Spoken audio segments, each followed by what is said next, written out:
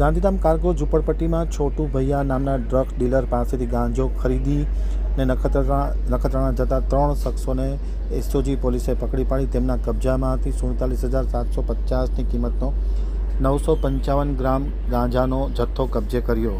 હવે જો નખત્રાણા આમતક ન્યૂઝ બ્યુરોનો એક વિસ્તૃત 47,750ના 950 ગ્રામ ગાંજા સાથે નખત્રાણાના 2 શખ્સો ભુજમાં ઝડપાયા છે. ગાંધીધામ કાર્ગો ઝૂંપડપટ્ટીમાં છોટુ ભૈયા નામના ડ્રગ્સ ડીલર પાસેથી ગાંજો ખરીદીને નખત્રાણા જતા હતા.